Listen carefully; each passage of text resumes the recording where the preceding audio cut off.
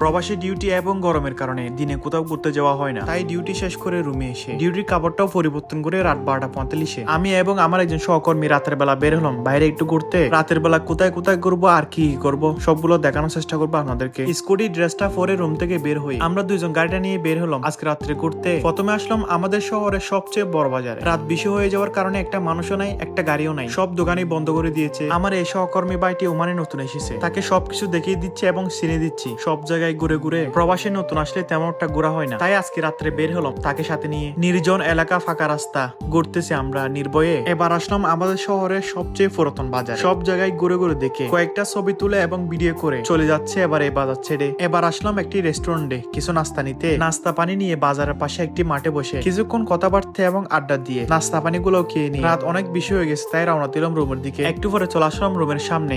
আজকে রাতের ঘোরাঘুরি এখানে শেষ হয়েছে। আল্লাহ হাফেজ। সাবস্ক্রাইব।